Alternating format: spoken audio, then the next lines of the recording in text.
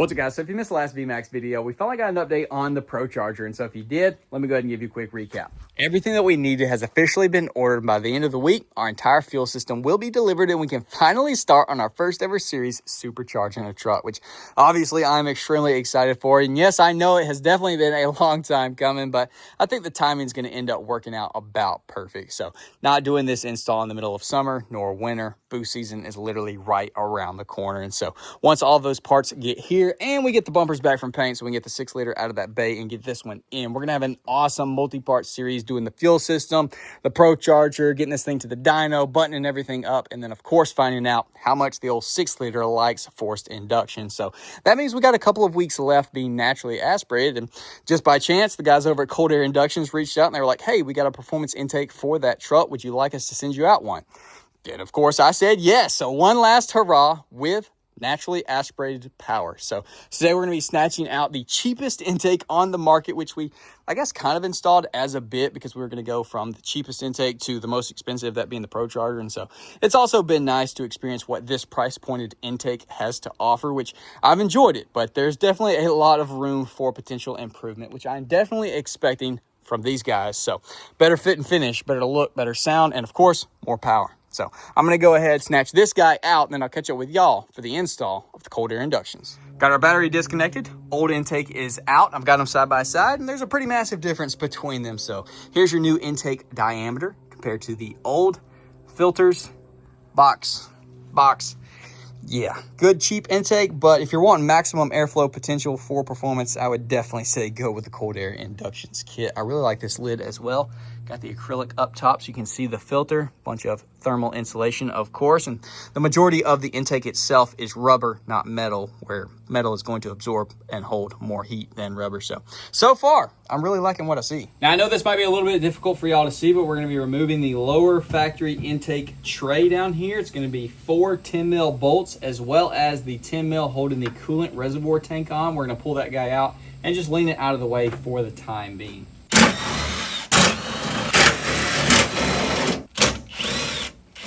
Just kidding, there's one right there and there's also one back behind it. You got to go at it from beside the battery, get that guy free. And then we're going to use a Allen key. It's a pretty cool design. It's kind of like spring loaded. You can see underneath. Just take that guy and loosen that, pop these 3 free, and then we'll take this lid off. We'll throw the bottom part in, get it mounted up here, and put our filter in through there, and then we can put the lid back on afterwards. I definitely don't think you have to take the coolant tank loose, but it probably does make it a lot simpler to get it in without potentially scratching something. So I unbolted mine, folded it out of the way, put the box into place, and then used the factory bolts from that lower tray to bolt in. We got 1, 2, 3 bolts, 10 mil. Holding this guy nice and secure. Coolant tank is back bolted down, and now we can go ahead and put our intake in and then connect our mass airflow sensor directly to it. Words of wisdom, put the intake filter in before you bolt it down, because it is absolutely freaking massive. Holy crap. I don't even know how that's going to fit with a lid on there. Maybe it's supposed to be tilted.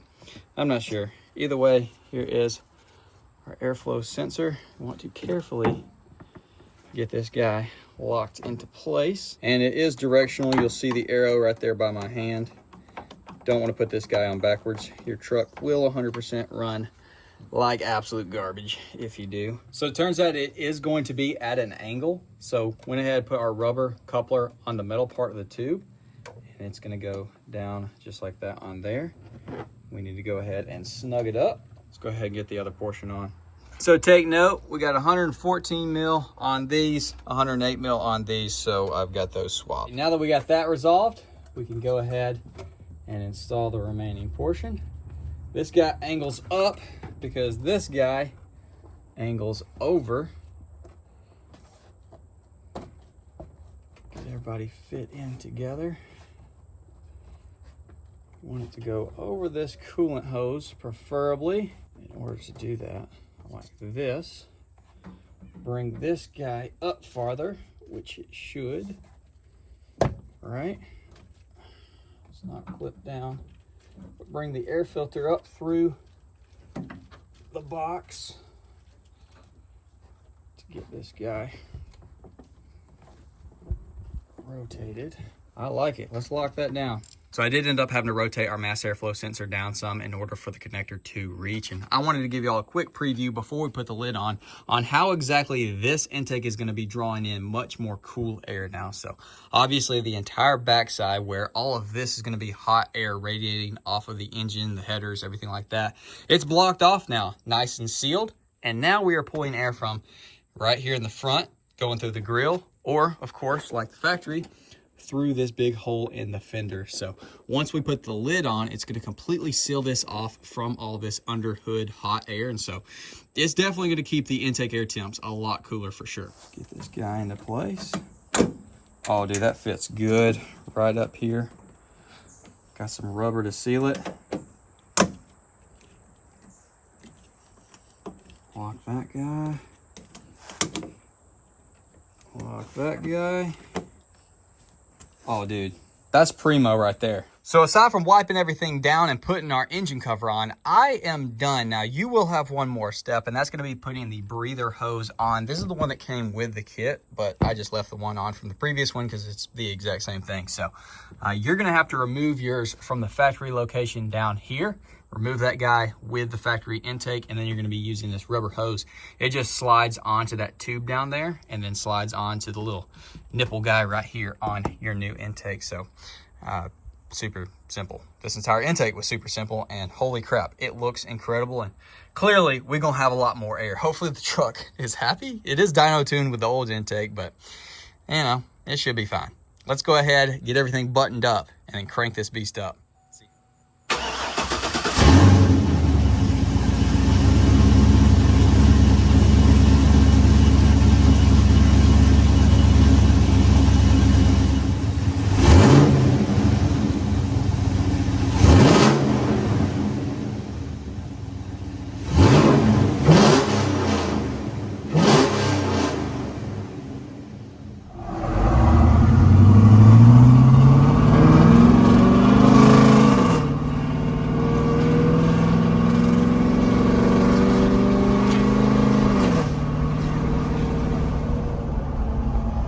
This truck is really freaking loud, as you just heard, so the chances of you hearing an intake drawing noise is probably pretty slim, but we're gonna go ahead and roll all the windows up. I'm gonna shut my pie hole and we're gonna see what we hear.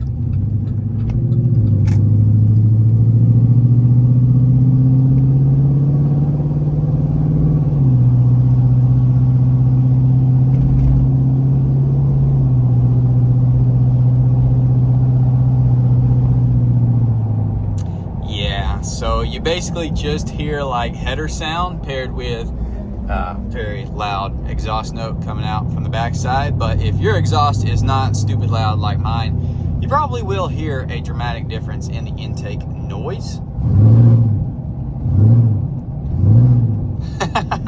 Listen to this freaking truck.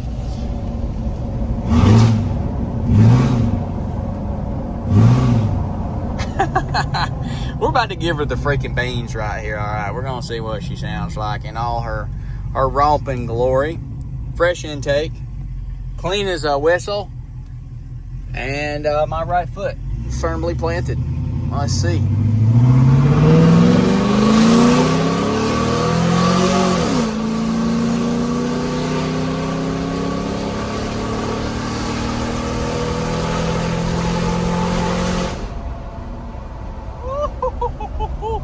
I really like the way that they designed this thing, and obviously it looks good as well, which is like 50% of the reason why any of us buy intakes to begin with, so that, you know, the couple times a year that we pop our hood to change our oil, we're like, dang, I forgot I installed that thing. That thing looked freaking sweet. So definitely checks that box. Fit and finish, awesome. Didn't have any issues getting it installed. You just got to line it up the way that they designed it, and as you see, very simple design, nothing overly complicated, and it just freaking works. Also really like the large tubing, as well as using a bunch of the rubber instead of all metal. The box itself, super good design, clearly keeping all of that hot air in the engine bay and the cool air going into the filter, which then goes obviously into your engine. So an actual cold air intake. It's not just sucking in, you know, 200 degree straight off the header heat air. It's pulling in just like the factory intake from the fender, from the front right here with the radiator, where air is actually going in from the outside, which is the coolest air that you could potentially get. So, man, solid freaking intake. I hate that we're only keeping it on here for a couple of weeks, but hey, Cold Air Inductions, I definitely appreciate you sending this out. I'm glad I was able to showcase it, and I think we definitely need one for the 6.2 for sure. So definitely drop a comment. Let me know if you have one of these intakes on your trucks, and let me know what your experience has been. Did your fuel economy go up? Were you able to dyno it to see if there was any improvements there, or just overall drivability?